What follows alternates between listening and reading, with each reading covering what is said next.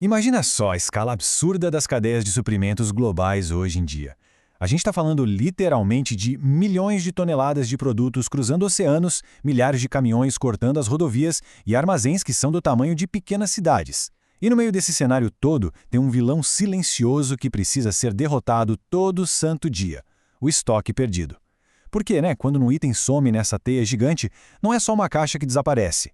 É dinheiro, é tempo e é eficiência indo pelo ralo. Para combater esse caos, a tecnologia teve que criar umas armas fascinantes. Então, bora mergulhar no material base de hoje para entender como essa inovação transforma a bagunça total em ordem absoluta. Mas aí, olhando para aquelas montanhas de caixas idênticas num galpão, bate aquela dúvida cruel. Como as empresas simplesmente não perdem tudo? Sinceramente, chega a parecer um milagre logístico saber exatamente onde está uma pecinha única no meio de milhões de coisas se movendo ao mesmo tempo. Mas, spoiler, não tem nada de mágica. A resposta está nos sistemas de identificação super discretos que acompanham cada passinho do produto desde a esteira da fábrica até a prateleira da loja. Vamos desvendar juntos essas camadas de tecnologia que mantêm o mundo funcionando sem que a gente perca nossas encomendas pelo caminho. E para entender isso direitinho, a nossa explicação de hoje vai passar por 4 saltos dessa evolução. Primeiro, a lógica da codificação. Depois, a revolução do código. Em seguida, o salto para 2 dimensões. E, para fechar com chave de ouro, a magia do RFD. Parte 1. A lógica da codificação, onde tudo começa.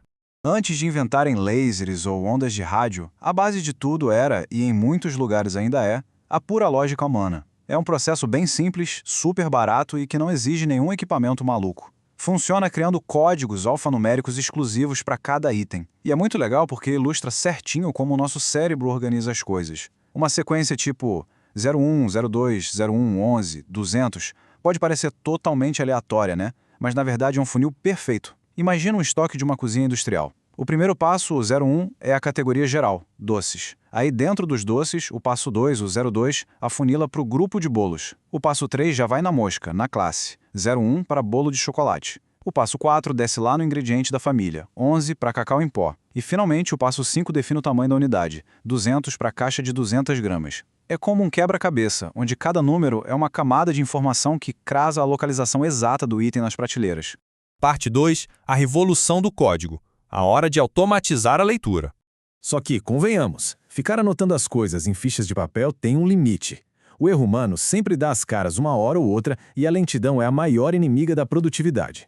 É aí que a gente sai do registro manual e pula direto para a velocidade do hardware óptico. Ferramentas como o coletor de dados e o leitor de código de barras foram um verdadeiro divisor de águas. Eles não estão só lendo um monte de barrinhas pretas e brancas. Eles processam a informação em tempo real de um jeito super seguro e totalmente à prova de erros de digitação. O coletor já joga os dados para o sistema na hora, e alguns até imprimem o comprovante ali mesmo no galpão. Ou seja, adeus aquela dúvida cruel se o rabisco no papel era o número 7 ou o número 1. Mas afinal, o que essas máquinas estão lendo ali? A anatomia de um código linear é basicamente uma linguagem secreta escondida naquelas linhas verticais. Pegando como exemplo o padrão super comum de 13 dígitos, aquilo não é só uma estampa. Os 3 primeiros números, tipo um 789, revelam logo de cara de onde o produto vem, que nesse caso significa que foi gerado no Brasil. A sequência seguinte aponta exatamente quem é a empresa fabricante, depois vem a descrição do produto em si, e lá no finalzinho, isolado no canto direito, tem um chamado dígito verificador. Essa é a grande sacada matemática. Ele serve para comprovar a veracidade do código todo e garantir que o escaneamento deu certo. Só tem um detalhe, nem todo código de barras é igual. Esse que a gente acabou de ver, o GTN13, é perfeito para ficar na embalagem do supermercado. Ele carrega aqueles dados estáticos, sabe? País, fabricante e o produto. Mas lá nos bastidores pesados da logística, o pessoal precisa de muito mais controle. E é aí que entra o formato GS1-128. Ele é completamente dinâmico. Ele carrega informações internas que são vitais, tipo números de lote, datas de validade, notas fiscais e quantidades exatas de envio.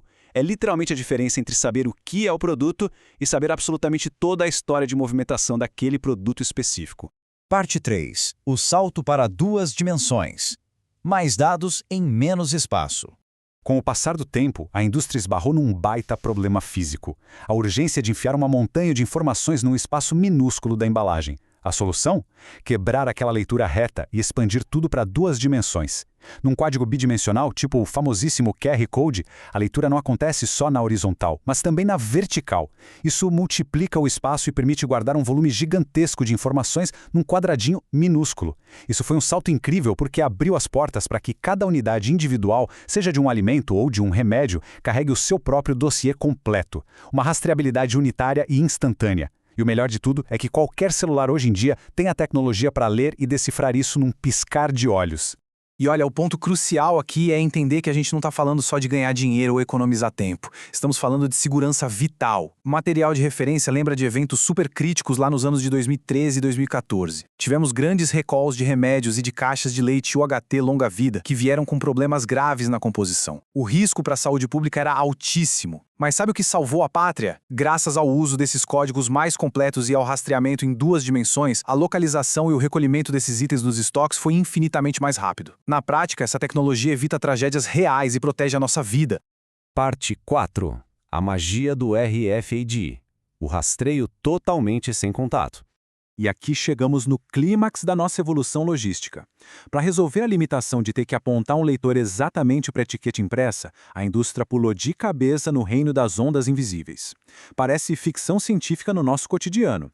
Estamos falando das etiquetas inteligentes de RFID, ou identificação por radiofrequência. Esquece a tinta no papel. Essa etiqueta é eletrônica. Ela carrega um microchip incrivelmente pequeno e uma antena lá dentro.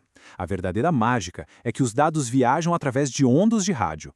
O que isso significa? Significa que um pallet inteirinho, lotado de produtos, pode ser escaneado de uma vez só à distância. Nenhuma etiqueta precisa estar visível para o leitor. O processamento em tempo real simplesmente ganha uma velocidade absurda. E para ilustrar o poder silencioso dessa tecnologia, tem um caso real que parece roteiro de filme de ação. Em 2014, aconteceu um roubo gigantesco numa fábrica de eletrônicos lá em Campinas, São Paulo. Os criminosos levaram incríveis 7 caminhões lotados de celulares, tablets e outros dispositivos. Só que durante a investigação, a polícia percebeu um detalhe muito curioso. Alguns produtos específicos foram deixados para trás. E adivinha? Eram justamente os produtos equipados com as etiquetas RFID. Os ladrões conheciam bem a tecnologia. Eles sabiam que se levassem aqueles itens invisivelmente rastreáveis, a polícia bateria na porta deles rapidinho. A tecnologia de ponta serviu literalmente como o melhor guarda-costas do mundo. Sabe, sair daquela anotação cuidadosa em fichas de papel, passar por linhas pretas e matrizes quadradinhas, até chegar nas ondas invisíveis do RFID, é uma demonstração fascinante de como a gente é engenhoso para organizar o mundo físico. O que começou só como um jeitinho de não perder caixas, virou uma rede invisível que garante a nossa segurança e dita o ritmo de todo o comércio global. Fique então com o ritmo para a gente refletir. Dá uma olhadinha ao seu redor agora mesmo. Quantos produtos, roupas ou embalagens aí perto não estão carregando silenciosamente rastros de dados e frequências invisíveis, conectando o mundo de um jeito que a gente nem consegue enxergar? É de explodir a cabeça, né? Fica a provocação. Muito obrigado por acompanhar mais essa explicação e vamos continuar sempre investigando como as coisas ao nosso redor realmente funcionam. Até mais!